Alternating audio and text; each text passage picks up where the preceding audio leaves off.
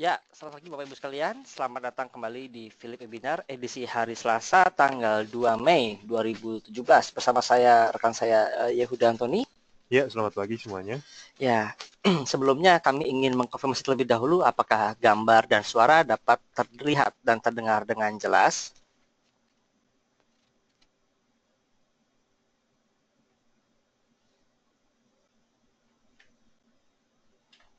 Oke, terima kasih atas konfirmasinya Pak Markus.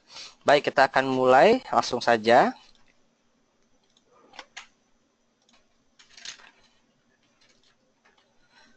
Untuk IHSG hari ini secara teknikal kami lihat ada peluang untuk bearish karena kalau kita lihat sejenak dari faktor teknikalnya untuk indikator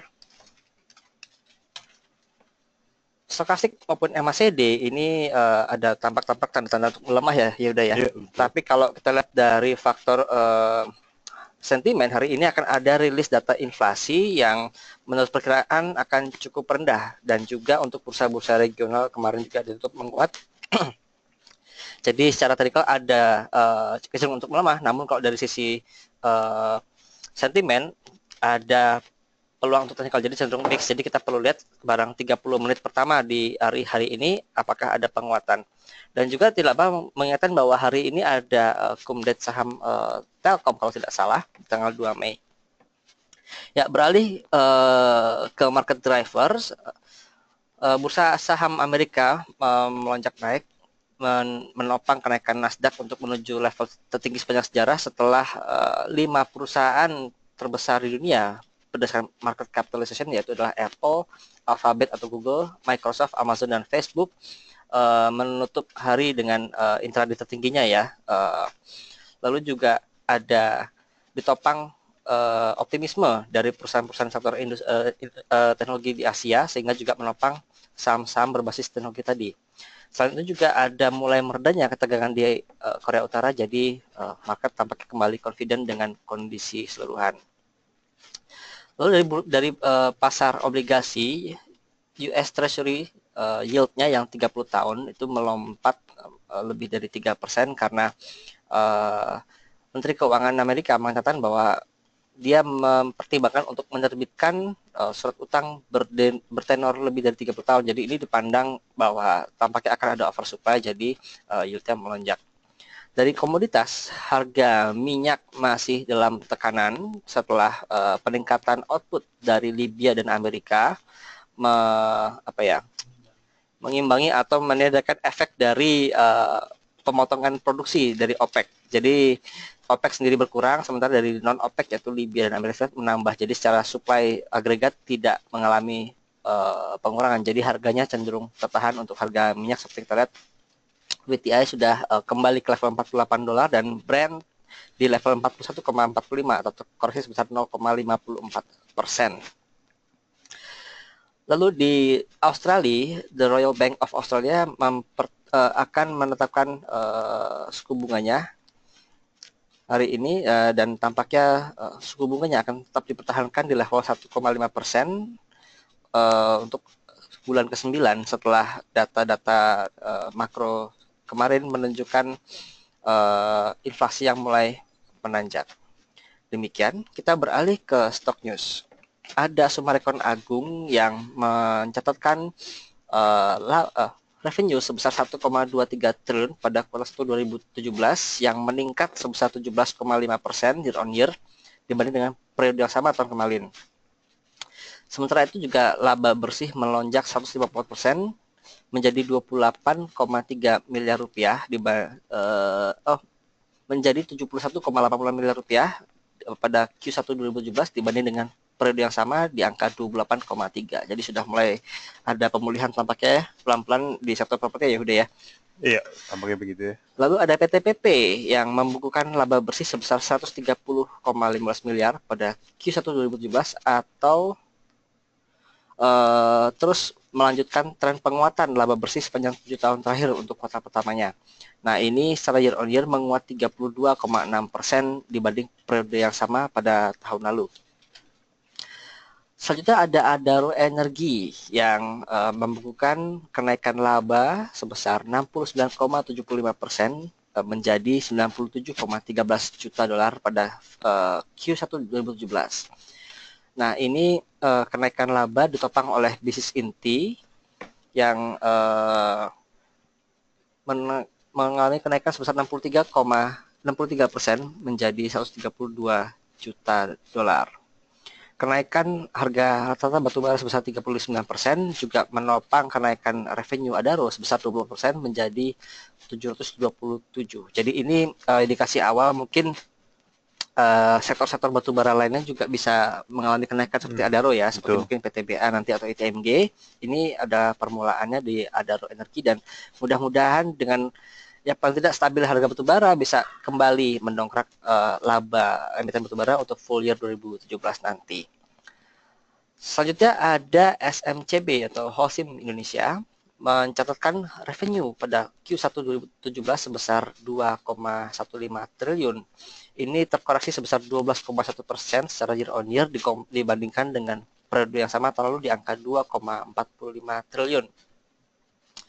Ini dikarenakan ada penurunan penjualan sehingga rugi yang tercatat sebesar 116,48 miliar.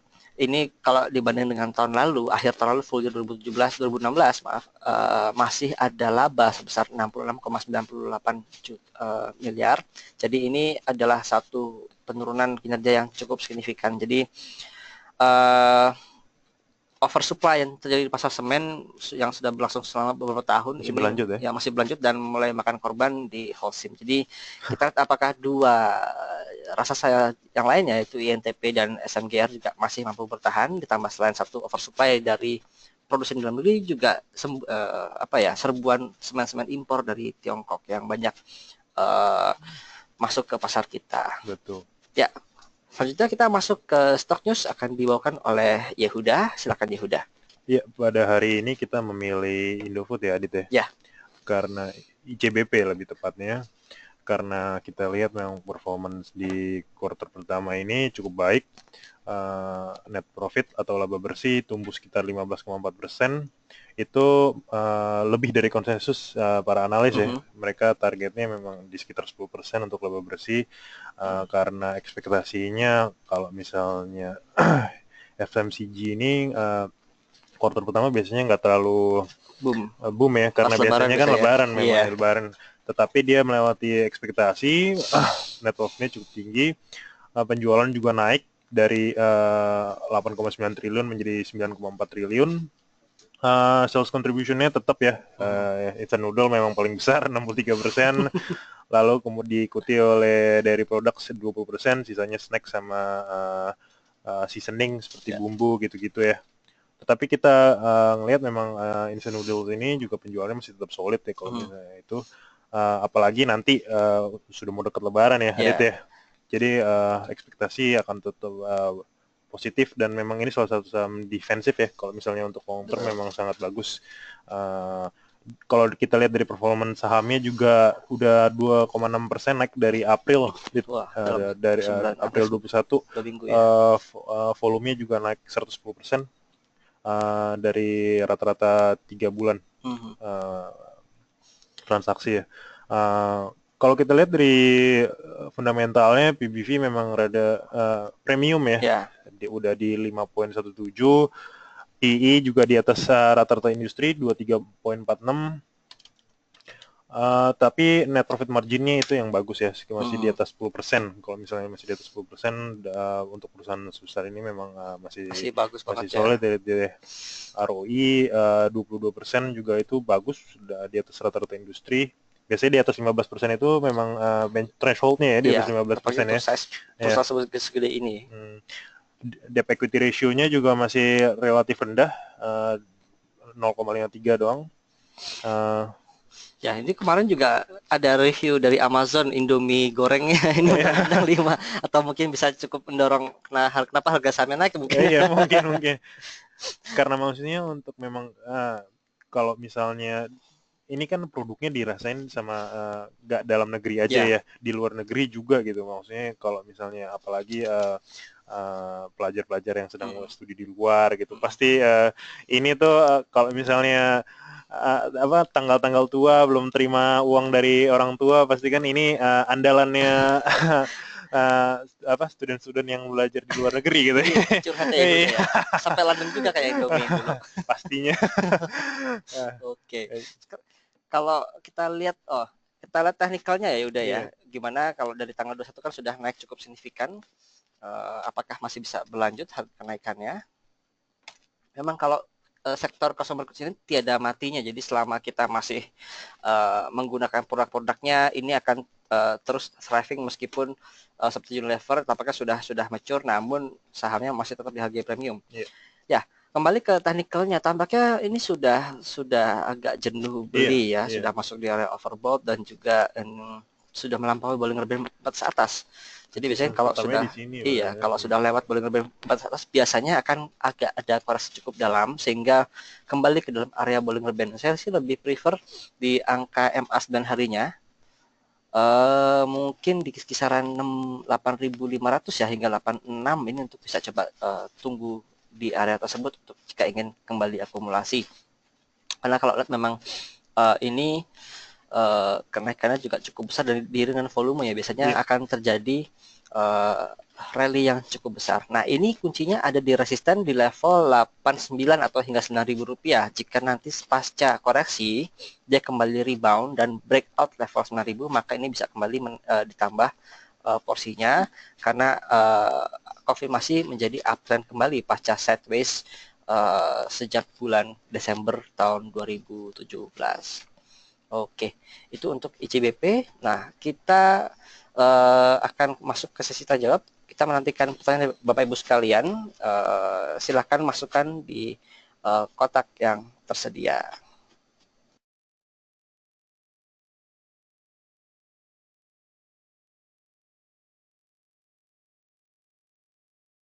Oh ya, sekilas untuk foreign flow, kami belum buatkan gambarnya, namun kalau kita lihat kemarin ini masih ada arus dana asing yang masuk ya, jadi cukup besar. Jadi meskipun ada koreksi harga saham, namun foreign flow masih belum ada tanda-tanda asing keluar dari market. Jadi ini koreksi yang terjadi masih cukup wajar.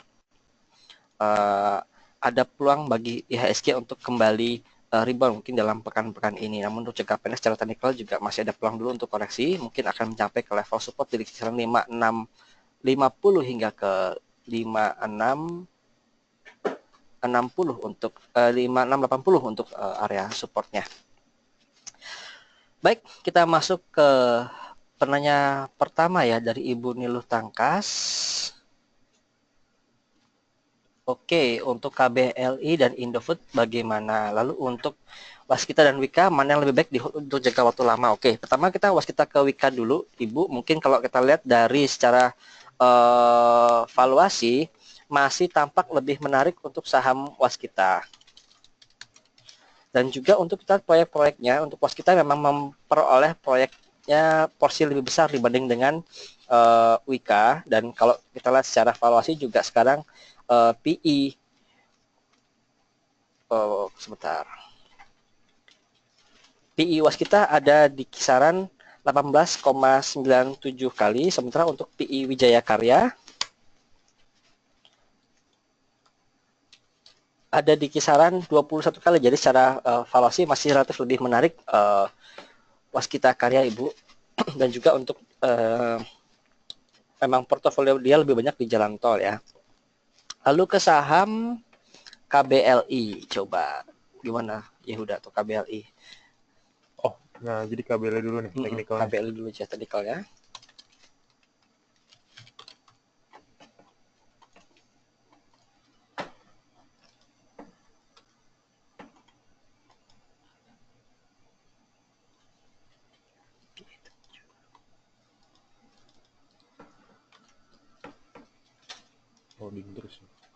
Oke, saya review sedikit untuk fundamentalnya masih belum keluar ya Q1 2017-nya. Tapi dengan level 2000 full year 2016 untuk PE ratio-nya masih di kisaran 7,42 kali dengan PV 1,88. Jadi masih cukup menarik secara valuasinya. Lalu juga tingkat hutangnya cukup rendah di 0,42 kali. Ya, ini namun kalau kita lihat dari revenue masih konstan naik dari level 2,3 triliun di 2014 menjadi 2,6 triliun di 2015 dan 2,8 triliun di 2016. Nah, jadi perhatikan juga untuk level 2017 Q1-nya apakah masih lebih baik dibanding dengan Q1 tahun 2016 lalu. Oke, technicalnya gimana, Dit? kayaknya ada peluang untuk menguji support dulu, itu level 600 ya, 597 sampai 600 dulu. Kita lihat. Oke, coba indikatornya belum nongol. Tadi ketutup Ya, nah perlu di refresh dulu tadi. Oke. MACD, MACD-nya masih going down, tapi kayak indikator histogramnya sudah mulai agak sudah memuncak ya pelemahannya ya. Mungkin akan ada technical rebound dalam beberapa waktu ke depan, dan juga stokastik sudah mulai menuju area oversold. Jadi bisa coba diperhatikan, kita lihat apakah level 600 hingga 590 dapat menjadi support yang kuat. Jika memantul di area tersebut bisa kembali ambil, namun untuk peluang kenaikan tampaknya tidak akan mencapai level 850 seperti level sebelumnya, mungkin akan ada di kisaran 700 hingga 750 saja ya tampaknya udah ya. Jadi mungkin level tersebut dapat dimanfaatkan untuk take profit di saham KBLI. Lalu beralih ke saham Indofood, INDF. Kayak kemarin juga ikut ICBP ya, mengalami kenaikan, tapi kenaikannya belum terlalu lama, dan ini sudah breakout dari Bollinger Band atas. Dalam waktu dekat tampaknya ada peluang koreksi ya udah ya. Iya betul, kembali lagi ke arah Bollingernya ya. Iya, untuk masuk ya. Ini karena sentimen dari berita positif. Lalu kemarin tampaknya nggak kuat deh, ada penekanan dari penjualan, kembali koreksi ke arah Bollinger sebelumnya. Yeah. Karena ini kelihatan banget nih berita positif pada sell on news kayak mungkin. Sell on news, dan untuk support mungkin ada di kisaran MA 9 hari di kisaran 8.200, namun jika level itu tertembus maka nextnya mungkin ada di kisaran 8.075, tampak di garis merah di sana. Dan juga kalau perlu diingat Bapak Ibu sekalian bahwa Indofood INDF ini adalah holdingnya untuk sektor selain consumer FMCG, yakni makanan minuman, juga ada kelapa sawit di sana. Jadi jika seandainya kelapa sawit tahun ini masih belum bisa cemerlang, maka mungkin bisa prefer di ICBP, di mana itu sudah lebih stabil. Dan kalau Indofood mungkin sektor makanan minuman bisa cemerlang, namun jika CPO-nya lemah, itu akan dragging down secara performance keseluruhan. Nah, kalau secara fundamental juga masih belum keluar Q1-nya, namun untuk level sekarang PE Indofood ada di kisaran 17,78 kali. Ini cukup menarik ya secara valuasi, dengan PBV 1,6 kali, di mana ya ini mungkin masih bisa masuk sektor consumer goods ya. Kalau compare dengan yang lain, ini masih relatif lebih murah dibanding dengan CBP yang 28,5 kali, lalu ada Amayora 33 kali. Jadi secara PE masih cukup atraktif untuk saham Indofood. Namun secara jangka pendek mungkin sebaiknya tunggu dulu Bu di level 82 hingga 8.075 untuk bisa kembali menampung di saham Indofood. Demikian Ibu Dulu Pangkas. Selanjutnya Bapak Richard Setiadi. Oke, saham Summarecon dan SCMA. Trading plan-nya baik.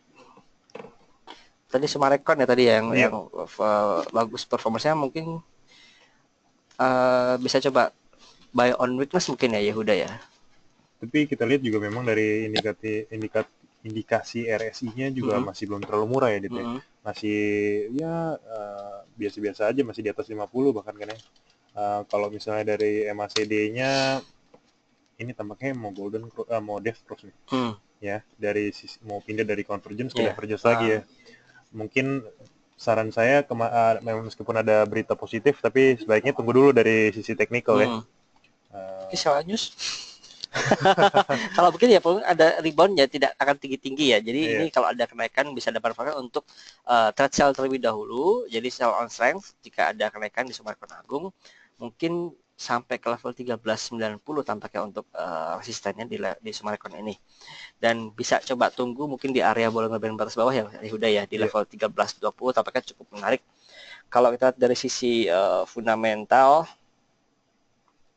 Oke, masih belum, saya belum ada data Source-nya untuk belum ya, belum di-update belum ya. masuk ini untuk Q1-nya, tapi kalau kita memang mudah-mudahan menjadi indikasi kebangkitan sektor properti secara keseluruhan, karena kita lihat memang sektor ini sudah banyak saham-saham yang secara valuasi sudah cukup menarik, namun karena sektornya belum ada tanda-tanda bangkit, jadi masih tiarap. Jadi sektor properti ini mungkin bisa kita lihat perhatikan tahun ini ya, mudah-mudahan jadi tahun kebangkitan. Kuncinya mungkin yang pasti bukan di tahun Q1 di Q1. Q1 ini, karena Uh, Q1 memang banyak yang cukup solid gitu marketing salesnya, mm, laporan keuangannya seperti BSD juga, meskipun belum keluar tapi mm, kan kalau misalnya Ciputra sama BSD marketing salesnya sudah keluar, meskipun lumayan bagus tapi kebanyakan juga bukan dari penjualan rumah ya Dit ya, ya, maksudnya mereka recurring banyak income jual ya, all in land plots ya.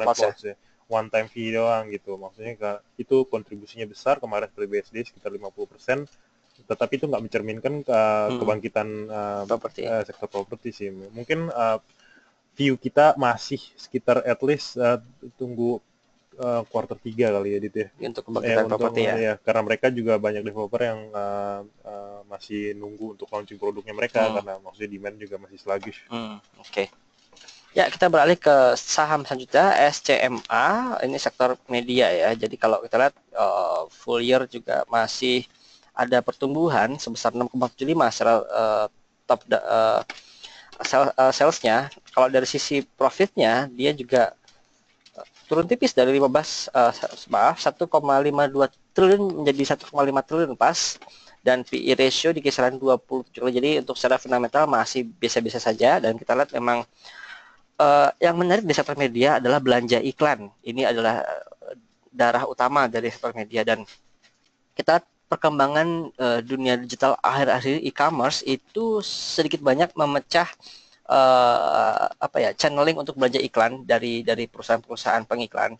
Kalau dulu kan tradisional antara di TV, radio atau koran, media cetak. Sekarang lebih banyak cenderung ke media online atau e-commerce. Saya belum ada datanya, namun tampaknya di kalangan industri iklan seperti saya pernah ngobrol-ngobrol banyak masuk ke dunia digital. Jadi mungkin untuk kedepannya akan ada tantangan di sektor media untuk memperoleh revenue selain dari iklan. Nah, kalau dari technical sendiri ini membentuk pola ascending triangle ya udah ya, Hmm. kelihatan di sini, dan biasanya tidak 100%, namun cenderungnya jika dia breakout resistennya di kisaran 2.900, maka peluang untuk menuju 3.100 kembali, 3.100 kembali menjadi terbuka. Namun perlu diingat sebelumnya kita pernah ada memiliki pengalaman ascending triangle dengan Jasa Marga dan juga saham Pegas di mana dia gagal menembus ascending triangle dan justru Malah ke bawah terkoreksi. ya. Iya. Nah, kalau kita lihat di sini ascending triangle supportnya ada di kisaran 2860, 2850 ya. Jadi jika dia sampai di 2850 dan terus melemah, ini sebaiknya dilepas dulu karena ada peluang untuk menuju level terendah sebelumnya di level 2740. Jadi ini waspada, sudah mulai mendekati, dan pilihannya ada dua. Jika dia breakout level resisten di 2920, maka dia bisa lanjut ke 31, atau dia jika breakdown level 2850, maka arahnya akan menuju ke level 2740 kembali. Demikian Pak Ahmad Sejadi. Lalu Ibu Novita, ya Ibu Novita, karena durasi kami hanya akan membahas 3 saham saja, mungkin untuk saham LSIP, Java, dan PTBA ya. Ya, untuk LSIP harga kelapa sawit kemarin tampaknya juga masih terus melemah, jadi mungkin untuk harga sahamnya juga masih ada peluang kembali masih downtrend ya Yahuda ya, belum Iya. ada tanda-tanda pembalikan arah, dan juga untuk top line dari 2016 melemah sebesar 8% revenue-nya, dan juga net income juga melemah. Jadi secara fundamental kita perlu melihat hasil Q1-nya jika ada pembalikan arah. Namun kalau kita lihat dari harga kelapa sawit juga peluangnya cukup tipis, meskipun secara valuasi sekarang ada di level 15,97 kali. Ini sudah mulai menarik untuk valuasinya. Belum ada sentimen positif juga ya Dit ya. Iya. Dan juga untuk technical kita lihat ini ada downtrend channel yang digambarkan oleh Yehuda sudah mulai mendekati area dari upper downtrend channelnya di area 1400 1410. Jadi mungkin jika sudah ada barang bisa coba trade sell atau sell on strength di kisaran 14 hingga 1410, dan bisa kembali tampung di area support antara 1325 hingga 1350 Ibu. Next, saham Java. Ini pakan ternak ya. Tahun ini mudah-mudahan sudah mulai tenang dari gonjang-ganjing setelah tahun kemarin didera isu ya sentimen mengenai uh, apa ya monopoli di DOC atau anakan ayam, bakalan ayam. Ya, ini 2 hari terakhir breakdown support ya, udah Iya, ya karena ada tampaknya. berita negatif dia. Mm-hmm. Kemarin kan performance-nya kurang bagus ya. Untuk satunya, ada Coba kabar cari itu. di source lain. Oke. Dan kalau kita lihat memang untuk jadi cukup volatile ya setelah full year 2016 dia mencatatkan kenaikan laba yang signifikan dari 460 miliar menjadi 2 triliun rupiah sehingga PE-nya juga terdorong menjadi 8 kali, namun Q1 kemarin kabarnya kurang begitu bagus ya. Jadi kita perlu lihat confirm untuk angka realnya. Terus dia ada pemerintah juga ada cap harga di Olcik itu. Maksudnya harga dulu kan bisa naik. Bebas mereka menentukan ya. Sekarang ada plafonnya ya. Ada plafonnya, jadi pergerakannya nggak terlalu bagus ya. Ya, mungkin sentimennya masih cenderung di area negatif sih untuk Java ini. Oke, jadi kita masih mencoba mencari equilibriumnya di mana. Kalau kita lihat dari technical memang secara Bollinger Band sudah ada dari bawah dan ada peluang sebenarnya untuk technical rebound. Namun kalau kita lihat ini sedikit mulai membuka dan tampaknya cenderungnya ini membuka ke arah bawah. Jadi jika ada pantulan kenaikan sampai ke level mungkin 15.20 hingga 15.30 dapat dimanfaatkan untuk trade sell saja di saham Java ini. Dalam sebulan terakhir ini udah ada 2 kali gap down ya? Iya, ada gap down dan ini pun ada jika ada trend rebound ini menutup gap down yang terakhir itu di rentang 15.10 hingga ke 15.30 tampaknya ya. Artinya memang tekanan dari penjualannya masih cukup. Jadi ini jika ada pantulan saja lebih baik trade sell. Namun jika belum sempat masuk ke sini kami sarankan untuk hold dulu wait and see saja di saham Java. Next kita beralih saham PTBA. Oke, tampaknya pagi ini opennya gap down ya PTBA di level 12.450. Ya, tapi tahun ini perseroan tampaknya juga masih percaya diri menghadapi dinamika bisnis setelah harga batubara membaik dan juga tingkat efisiensi bisa melambungkan kinerja PTBA. Untuk Q1 ini sudah keluar laporan keuangannya, laba bersih mengalami kenaikan 262%. Wow, dibandingkan dengan periode sama yang tahun lalu, menyebabkan labanya untuk Q1 menjadi 870 miliar rupiah dari 332 miliar pada periode yang sama tahun lalu. Sementara top line atau pendapatan naik 120% menjadi 4,5 triliun. Oke. Jadi ini ada open gap down bawah, mungkin bisa coba peluang untuk bisa kembali akumulasi di saham ini dan juga memang emiten batubara seperti ADO dan PTBA lebih berfokus untuk membangun pembangkit listrik karena mereka melihat value added di batubara akan lebih baik di sana untuk ke depannya. Thank you Pak Jasa. Dari sisi MACD-nya juga cukup menarik gitu ya. Kalau misalnya di sini ada rebound mungkin ada potensi untuk golden cross. Oke, kita lihat ini menarik ya. Kalau ada pelemahan mungkin supportnya di kisaran 12.400 mungkin ya tampaknya ya. 12.40. Iya. Sekarang pun tampaknya juga menarik jika ingin kembali masuk di saham PTBA karena kalau kita lihat memang sekali PTBA ini menguat cukup panjang kenaikan bisa sampai 2 hingga 3 pekan seperti yang terjadi di pertengahan Maret lalu atau juga di bulan Oktober tahun lalu. Jadi ini bisa dilihat saja untuk PTBA. Selanjutnya dari Bapak Hendra Lawrence MDLN, prospeknya seperti apa ya? Properti juga mungkin masih menunggu ya udah ya untuk MDLN. Iya. Dan juga kalau kita lihat ini secara valuasi ya ini downtrend namun tapi sudah mulai sideways ya. Oke, sudah mulai sideways. Jadi ini masih wait and see atau mungkin jika ingin trading bisa di rentang harga 275 hingga ke 300 rupiah coba untuk resistennya. Ya.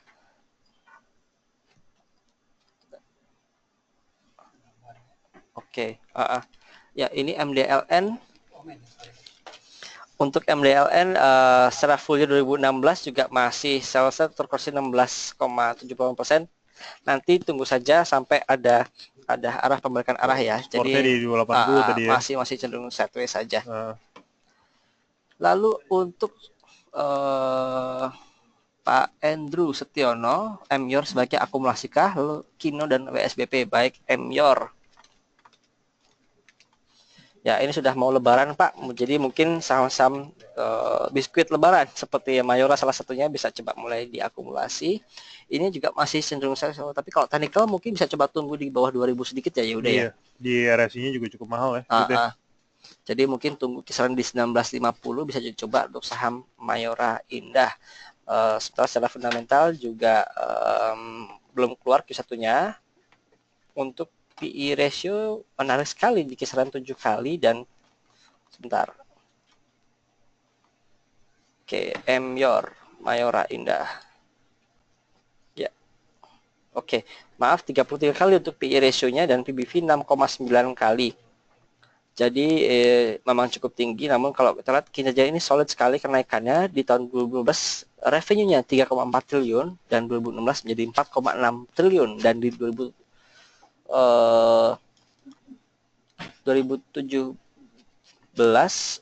ini untuk Q1-nya 2017 Q1-nya menjadi 4,9 triliun tadi ya. Jadi masih ada pergerakan kenaikan yang cukup baik dari sisi fundamentalnya dan masih bisa disimpan untuk jangka menengah dan panjang. Lalu untuk Kino, nah Kino ini juga dia itu terlalu rely kepada merek cakra ketiganya dan kemarin dispute merek dengan warga Isle of Man Inggris tampaknya juga berpengaruh signifikan ke penjualan, di mana penjualan juga turun 2016 menjadi 3,4 triliun daripada 2012 sebesar 3,6 triliun. Jadi ini masih belum ada tanda-tanda pembalikan arah ya. Ya udah ya, masih cenderung dan tren dan ini ada di pas support di 2390 atau 24. Perhatikan jika dia breakdown level ini maka arahnya masih menuju ke level 2300 tampaknya ini yang di area level terendah sebelumnya di sini. Ya, 2275 mungkin. Jadi masih wait and see Pak Andrew untuk saham Kino.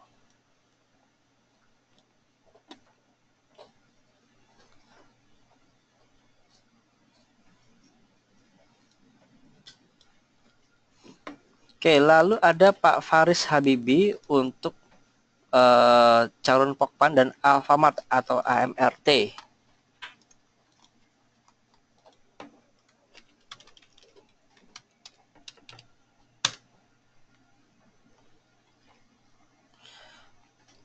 Untuk Charun Pokpan sendiri ya masih belum keluar Q1-nya.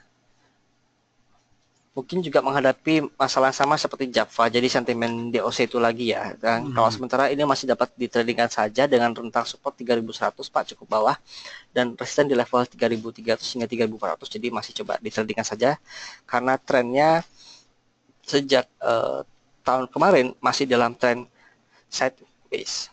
Lalu ada AMRT, ini sektor retail juga. Alfamart. Oke, untuk AMRT salesnya masih bertumbuh double digit 16,25% di tahun kemarin menjadi 56,1 triliun dibanding dengan tahun 2012 sebesar 48,2 triliun. Memang ini angka yang sangat besar, namun perlu dilihat ini marginnya tipis ya untuk perusahaan ini, di mana untuk operating profit margin di kisaran 6,03%. Jadi kalau margin tipis sangat rentan dengan gejolak labanya cukup gejolak jika ada gangguan di top line atau dari sisi demand-nya, misalnya ada pelemahan daya beli, maka ini cukup berpengaruh. Namun untuk saat ini tampaknya masih cukup baik dengan PBV di kisaran 4 kali dan kisaran harga 39 kali untuk PE ratio. Jadi masih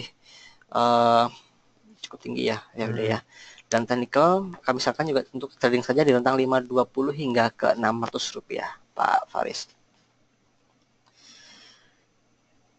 Ya, Pak Robert, untuk rekomendasi mingguan kita berikan setiap hari Senin, namun untuk pekan ini saya ada saham menarik. Nah, ada saham Jasa Marga, ini cukup menarik. Coba ya udah tanda teknikalnya.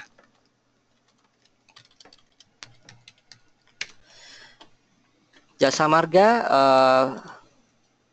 kayak belum refresh ini ya. Oh, sudah refresh ya. Udah. Oke, hari ini masih ada merah candlesticknya, namun sudah mulai stabil. Kalau kita lihat dari indikator stokastik ada arah ke atas. Namun bukan teknikalnya yang menurut saya menarik karena ada fundamentalnya. Karena Q1 kemarin labanya cukup baik. Ya, ini Q1-nya menjadi 4,99 triliun atau hampir 5 triliun rupiah dibandingkan dengan periode sama tahun 2016 di angka 2,9 triliun untuk revenue. Sementara net profit juga melonjak dari 400 miliar menjadi 523 miliar rupiah. Ini bagus sekali, dan tahun ini juga ada rencana masih menambah jalan tol lagi Jasa Marga. Jadi secara medium dan long ini masih bagus secara fundamental. Sisi lainnya adalah untuk PI dan PBV. Dengan kinerja sekarang secara annualized untuk PI ratio saham Jasa Marga di angka 16,18 kali. Ini sangat-sangat atraktif dibandingkan dengan historicalnya di mana tahun 2015 PI ratio di kisaran 24 kali. Jadi ini secara valuasi sangat menarik. Mungkin jika Bapak atau Ibu cenderungnya untuk medium atau long view, ini bisa dimanfaatkan untuk akumulasi. Namun dalam jangka pendek kami sarankan bisa coba di kisaran 4.500 untuk saham Jasa Marga, bisa kembali akumulasi. Lalu Ibu Vivi, saham Indika Energi. Oke, Indika Energi tadi ada pembuka yang bagus dari PTB dan Adaro. Mudah-mudahan akan membuat saham batubara lainnya termasuk Indika Energi bisa membukukan kenaikan kinerja tahun ini. Kemarin gue terbang gitu. Ya, kemarin sudah terbang. Oke. Ya, Q1-nya dia ada laba 293 miliar rupiah dibandingkan dengan rugi bersih di periode yang sama 2016 sebesar 64 miliar. Jadi memang sudah mampu menopang kinerja untuk kenaikan harga batubara termasuk Indika. Namun kalau dari kalau PE PBV dengan nah ini jika saja Indika bisa mempertahankan kinerja, ini cukup menarik valuasinya dengan valuasi annualized sebesar 3,98 kali, even dengan harga Rp900, ini cukup atraktif, dan PBV-nya di 0,45 kali. Oke, ini salah satu bisa diincar Indika, tapi perlu dilihat konsistensi dari kinerjanya, apakah dia ini cuma sesaat saja atau bisa lanjut, jadi perlu diperdalam. Apakah dari sisi efisiensi perusahaan atau dari kontinuitas bisnisnya ini berlanjut. Kita coba akan mencari info lebih lanjut karena secara valuasi ini sangat-sangat menarik sekali, Bu Vivi. Kalau dari harga ini ada kenaikan signifikan kemarin. Ya, mungkin jika Ibu belum ada barang, kami tidak saran untuk mengejar terlebih dahulu karena takutnya ini tidak lama. Kalau kita lihat sebelumnya di bulan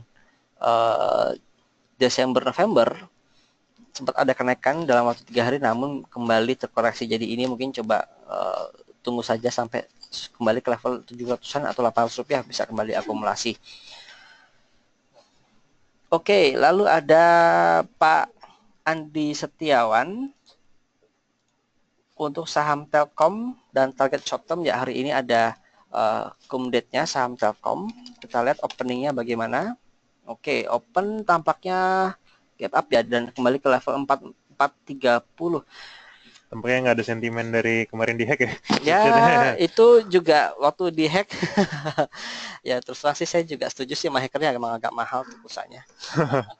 Tapi kalau kita dari harganya ini ada peluang untuk menuju ke level 4.500 saham Telkom, dan waspadai untuk ex-date dividennya. Biasanya kalau setelah ex-date akan diiringi oleh koreksi harga cukup tajam, jadi mungkin bisa siap-siap untuk profit taking jika sampai ke level 4.500 di saham Telkom. Namun untuk jangka menengah panjang masih sangat baik karena kemarin pertumbuhan Q1 juga di atas perkiraan analis, dan juga kalau emang harga pulsa yang masih segitu, tampaknya labanya juga masih akan cukup tebal di masa-masa yang akan datang. Ya, Pak Hendra, itu juga untuk rekomendasi saham tadi ada Jasa Marga dan juga Telkom mungkin masih bisa ditunggu untuk hari ini sampai ke level 4,5. Jadi dua saham itu kami perkirakan masih ada peluang cukup baik.